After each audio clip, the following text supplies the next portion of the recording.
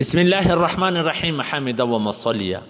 محترمینو، یو محترم ورور دا پوښتنه کړې ده چې دلته په دوبۍ کې یو مسجد دی، نو هغه چې موږ ځو کله کله دی د 10-11 کالو کوچنی د مخ سر لمونځ راکوي، په دې پسې زموږ اقتدا کول جایز ده او که نه ده؟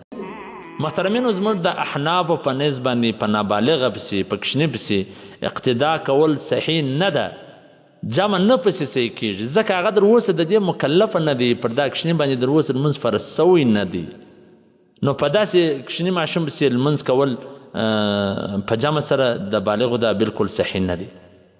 په حواله سره د شامی جلد راول صفحه نمبر 586، دور مختار مارج مختار جلد نمبر اول صفحه نمبر 528، فتاوی هندیه جلد نمبر اول صفحه نمبر 50. نو محترمینو، په داسې کوچني پسې لمونځ مه کوئ.